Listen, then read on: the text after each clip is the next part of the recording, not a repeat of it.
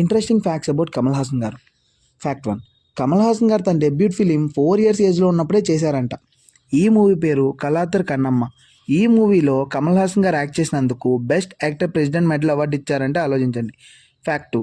కమల్ హాసన్ గారు చాలా లాంగ్వేజ్ ఫ్లూయెంట్గా మాట్లాడతారంట. Like Telugu, Hindi, Tamil, English, Malayalam, Bengali and Kannada and French languages. And Kamal Haasan గారిని మల్టీలింగ్వల్ పర్సన్ అని కూడా అంటారు.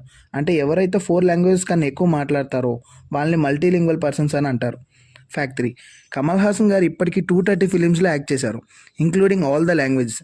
అండ్ కమల్ హాసన్ గారికి ఫస్ట్ 100 crores తీసుకొచ్చిన సినిమా మాత్రం దశావతారం. ఫ్యాక్ట్ 4. కమల్ హాసన్ గారు టోటల్ అసెట్స్ వాల్యూ వచ్చేసి 450 crores. కమల్ హాసన్ గారు కల్కి మూవీలో యాక్ట్ చేసినందుకు తీసుకున్న రెన్యూమరేషన్ 20 crores. టోటల్ మూవీలో 10 minutes కూడా ఉండరు మన కమల్ హాసన్ గారు. అంటే 1 minute is equal to 2 crores వేసుకున్నా అంటే నిమిషానికి 2 కోట్లు తీసుకున్నట్టు అర్థం. ఫ్యాక్ట్ 5.